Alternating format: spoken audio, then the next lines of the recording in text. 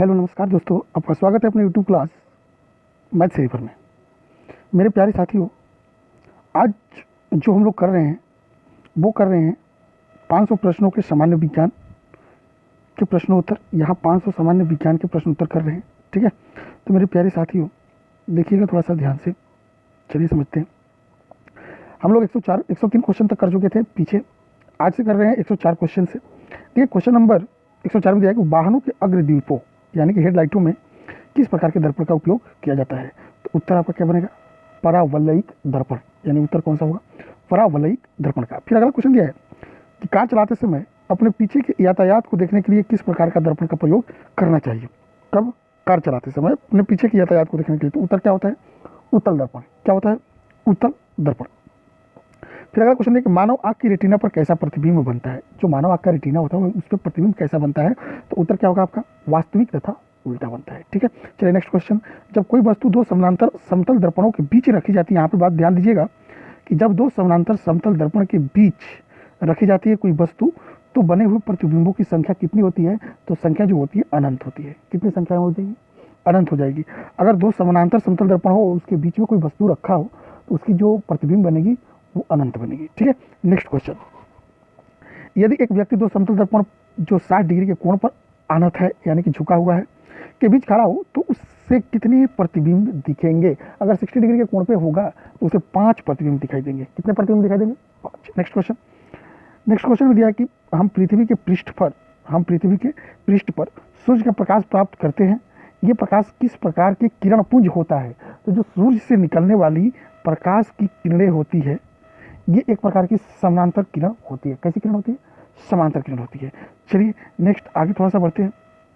यहाँ से देखिएगा क्वेश्चन दिया है कि डायोप्टर, हम पृथ्वी के पृष्ठ पर सूर्य का प्रकाश प्राप्त करते हैं, किस प्रकार का किरण? ये हो गया था आपका समांतर किरण प्रकाश पुंज होता है, ठीक है। फिर अगला है कि डायोप्टर किसकी इकाई हुई? डायोप्टर डी से जिसे संबोधित किया जाता है। डायोप्टर किसकी इकाई होती है? लेंस की क्षमता की जो इकाई है वो क्या है? डायोप्टर है, जिसे डी से सूचित किया जाता है। नेक्स्ट क्वेश्चन थोड़ा सा देखते हैं। यहाँ से अगला क्वेश्चन देखिएगा।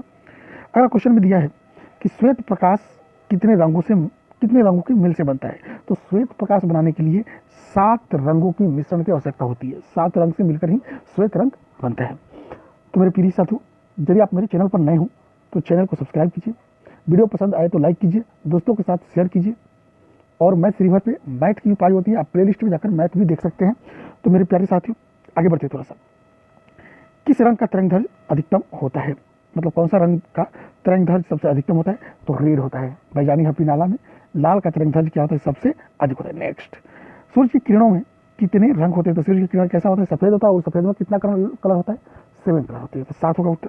नेक्स्ट क्वेश्चन दिया है कि यदि वायुमंडल न हो तो पृथ्वी का आकाश किस रंग का दिखाई देता? तो काला रंग का दिखाई देता। यदि वायुमंडल नहीं होता तो पृथ्वी का जो आकाश का रंग होता है किस कलर का दिखाई देता?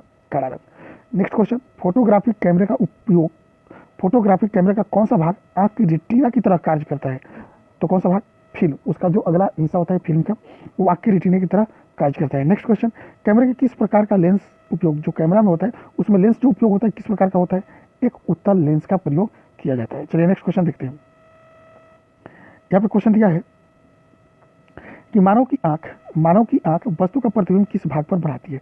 तो मानव की जो आंख है वो वस्तु की प्रतिबिंब जो बनाती है वो रेटिना पर बनाती है। कहाँ बनाती है? और रेटिना पर बनाती है। नेक्स्ट क्वेश्चन, आंख के किस भाग द्वारा आंख में प्रवेश करने वाले प्रकाश की मात्रा नियंत्रित होती है? तो उत्तर क्या होगा? आइरिस द्वारा। आइरिस द्वारा प्रकाश जो जाता है आंख में, जो आंख में आइरिस होता है, आइरिस प्रकाश के चाल को क्या करता है? कम या ज्यादा करता है। तो उस प्रवेश को कौन सा होता है? आइरिस के द्वारा। नेक्स्ट क्वेश्चन, नेत्रदान में दाता की आंख से किस हिस्से को प्रतिरोपित किया जाता है? तो नेत्रदान में कॉर्निया को लिया जाता है। किसको लिया जाता है? कॉर्निया को ले लिया जाता है या निकाल लिया जाता है। नेक्स्ट क्वेश्चन, स्वस्थ नेत्र के लिए स्पष्ट दृष्टि की न्यूनतम दूरी कितनी होती है? तो स्वस्थ अगर आपका नेत्र है तो न्यूनतम दूरी जो होता है 25 सेंटीमीटर का होता है, 25 सेंटीमीटर। नेक्स्ट क्वेश्चन, यदि कोई व्यक्ति दूर की वस्तु को स्पष्ट नहीं देख पाता है तो उसकी कौन सी दृष्टि में कौन सा दोष होगा? तो जब दूर की वस्तु को नहीं देख पाएगा, ठीक है, तो उसे निकट दृष्टि दोष होता है। निकट दृष्टि दोष में होता क्या है कि निकट की वस्तुएं साफ साफ तो दिखती है लेकिन दूर की वस्तुएं साफ साफ नहीं दिखती है। वैसे जस्ट विपरीत, अगर दीर्घ दृष्टि दोष हुआ हो तो दूर की वस्तुएं साफ साफ दिखती है लेकिन निकट की वस्तु साफ साफ नहीं दिखती है, ठीक है। नेक्स्ट क्वेश्चन, दूरदृष्टि दोष से पीड़ित व्यक्ति के चश्मे में कौन सा लेंस का प्रयोग हो जाता है? तो दीर्घ के लिए कौन सा होता है?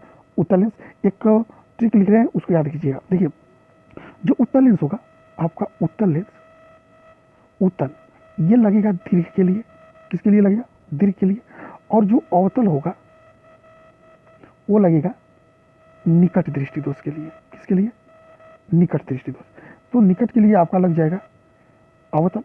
और तो देखिए, ये 3 अक्षर का है, 3 से 2, दीर्घ 2 है, ये 4, तो ये 3 है। मतलब 3 जहाँ पूछेगा तो उसका 4 होगा उत्तर, और जहाँ 2 का बात करेगा वहाँ 3 होगा। तो 2 का 3 और 3 का 4 याद रखना है। नेक्स्ट चलिए देखिए, अगला क्वेश्चन दिया है कि चश्मा प्रयुक्त करने वाले व्यक्तियों, चश्मा जो लगाता है व्यक्तियों को सूक्ष्मदर्शी का प्रयोग किस प्रकार करना चाहिए?